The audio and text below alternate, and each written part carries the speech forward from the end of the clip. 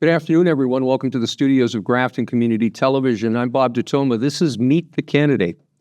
My guest in studio this afternoon is Colleen Roy. She is a former member of the Select Board, actually the former chair, and currently holds positions on the Affordable Housing Trust, the Cable Advisory Committee, the CPC, and the Master Plan Working Group. And she is running to be reelected to the Select Board.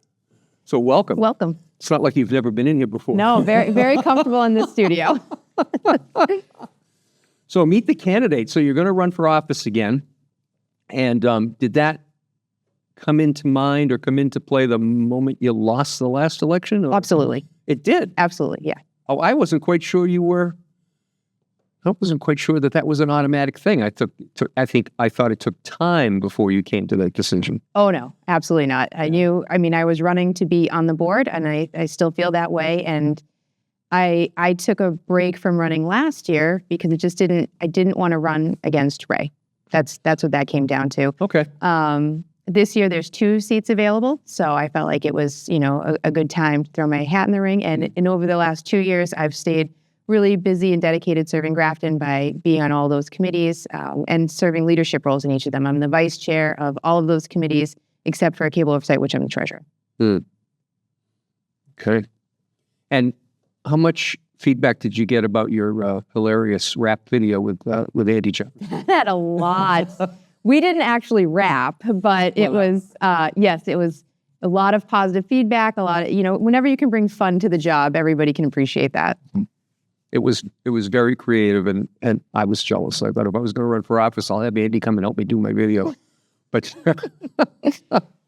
so running for Select Board, having been there once before, what do you think the changes are in the time period that you've been absent? The makeup of the board, that's what's changed. So obviously the Select Board has changed as a body. Do you think they operate differently? So the way they operated when I was chair my final year is we were meeting more frequently. So when I first got on the board, there were what we would call 2 regular meetings and a workshop meeting. And nobody really could tell the difference between a regular meeting and a workshop meeting. And that kind of got blurred where they would bring regular business to workshop meetings, and they were meeting, 3 times a month. And then when I became chair, we just continued that pace, and we got a lot done in that time. When I got off the board, they kind of decelerated a little bit, went to the first and third, those were the regular meetings, and they never really revamped the workshops. The first and third is now necessary because F is being revamped, as you know, and they need to share room A with the school committee. So it makes sense to be meeting as infrequently. How many of the workshop gatherings were actually broadcast?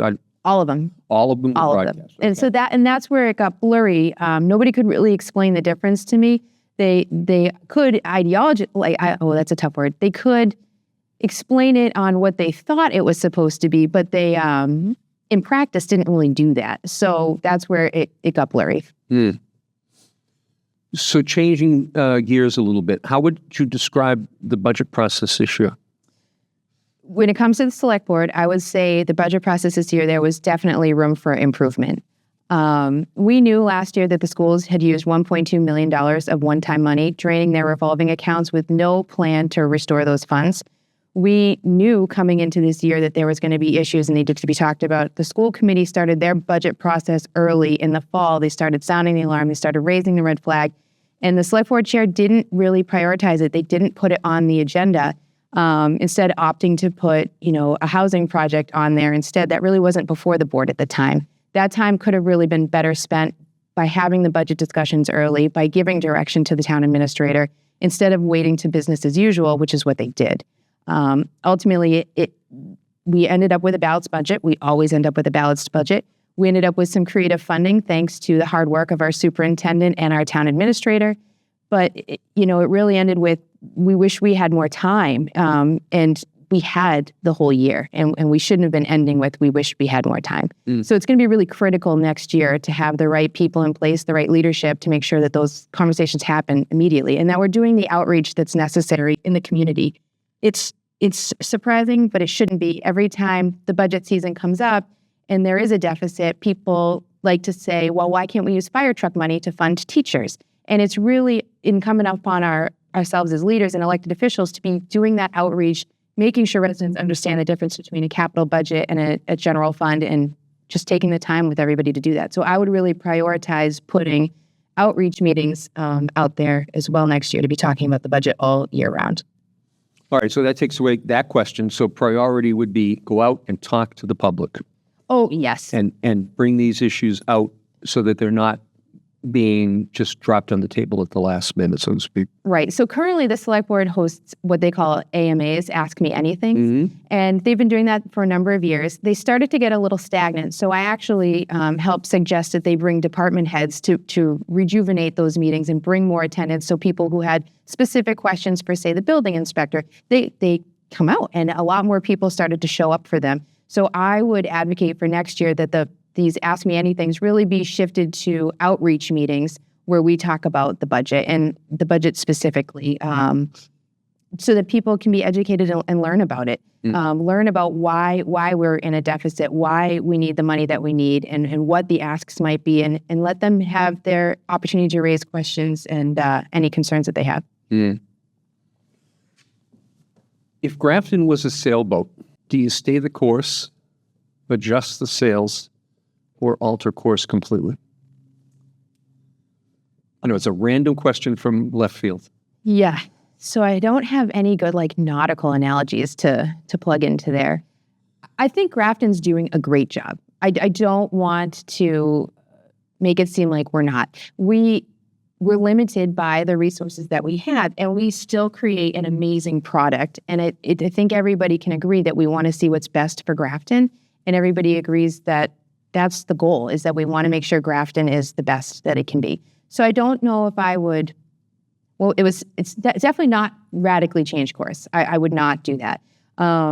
Staying the course with improvements. I think we need to make sure that, do a check on the lifeboats, make sure everybody's got what they need to be successful. And I don't have any good sailing analogies, but yeah, I do think Grafton does a great job, and we have some amazing employees, and we have an amazing community.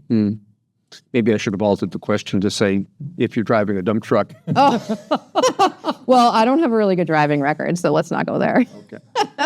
Okay. You brought some notes today, and I did. You've written a citizen's petition. I have. So why don't you tell us about that? So I'm bringing a citizen's petition to town meeting. It's on the warrant. And what it's going to create is a senior property tax exemption. And when I was on the board previously, that was one of the number one things I heard from our seniors, is they really wanted property tax relief. And that's stuck with me all these years. I don't just participate in Grafton government. I try to go to as many meetings as I possibly can. So I was at a town meeting in Hopkinton this past fall. They had a special town meeting, and on their warrant, they had exactly this. They had been offering it to their citizens now for over 3 years, and it was their opportunity to reauthorize it, because that's how this petition is written, that it will be authorized at town meeting, it will run for 3 years, and then it comes back to town meeting for reauthorization, so that everybody can continue to weigh in to see if we still want to offer this exemption. And then every year, the select board will set the rate of the exemption that these seniors who qualify would receive. It's a really big win. And especially when we're talking about overrides, where the most vulnerable seniors are the ones that, we are concerned about. We're concerned about all the vulnerable population, but the seniors seem to get picked up specifically. This is an opportunity to help them. So while we're trying to fund our schools for our vulnerable children, we've created an avenue for our vulnerable seniors to get the relief that an override might, cause. Does anybody have any idea what that number might be? Yes. Oh, So yeah, I did. So I presented to the select board last night with a more wonderful slideshow. I'm actually presenting to the finance committee tonight, but the numbers are going to be based off the senior circuit breaker income tax that's already in existence, and that's the criteria. So if you qualify for that, you're going to qualify for this. So using numbers from 2022, which is the most recent data available at the DOR, the average tax credit was about $1,000. And then to put that into perspective, that $1,000 gets redistributed in the tax levy. So let's say 125 households received this credit. It would be about $18 to the rest of us that our taxes would go up each year. I don't think 125 households will I would love to help that many households. I don't think that's how many we're going to get. For example, in Hopkinton, the first year they did it, it was 16. The second year was 19, and the third year was 24. The max was 24. I might have those a little bit out of order, but So we're talking about a very small sample size of the population. right. But these numbers, I wanted to give everybody a full view of, Grafton's not Hopkinton, right? Grafton might come out full force and say, this is great. I want to apply. I want to do it. And we get 100. And I would love that. If you qualify for this, I want you to be taking advantage of it. But, not everybody takes advantage of the things that they're afforded. So we'll see. Other than tax relief for senior citizens, what have people been telling you when you've met them around town and talked about your candidacy? I just get a lot of excitement. People are excited to see them running again. It's been a lot of fun running with Andy. That's something new that Grafton hasn't really seen before, having two people actively campaigning together, actively running together. And it really helps too, because, campaigning can be tough. It's a lot of work. And, some days you feel really great, like, yes, I'm doing awesome. And then there's other days where you kind of get down, and having that support built in to really help each other, it's awesome. It really is. It's cool. Well, we reached the part of the program where I'm going to turn this over to you so you can address the viewers at home. Okay. And you know which camera is yours, so Yes. take it away. So my name's Colleen Roy. My family and I moved to Grafton 10 years ago. We have 2 children in the school system, and I am passionate and dedicated to serving Grafton. As we've covered, I'm on a number of committees right now, and I really would love to get back on the select board. I feel like the select board really could benefit from my style of leadership, and we have a really big year coming up next year that I'm prepared to handle, and I would really appreciate your vote on May 20th. Thanks for coming in. Yeah, no problem. Colleen Roy is running for select board, as she mentioned, on May 20th. So hopefully you've learned something about Colleen if you're not already familiar with this face that everyone sees in town. On behalf of all the talented people that work here at Grafton Community Television, I'm Bob DeToma. Thank you for watching. This has been Meet the Candidate.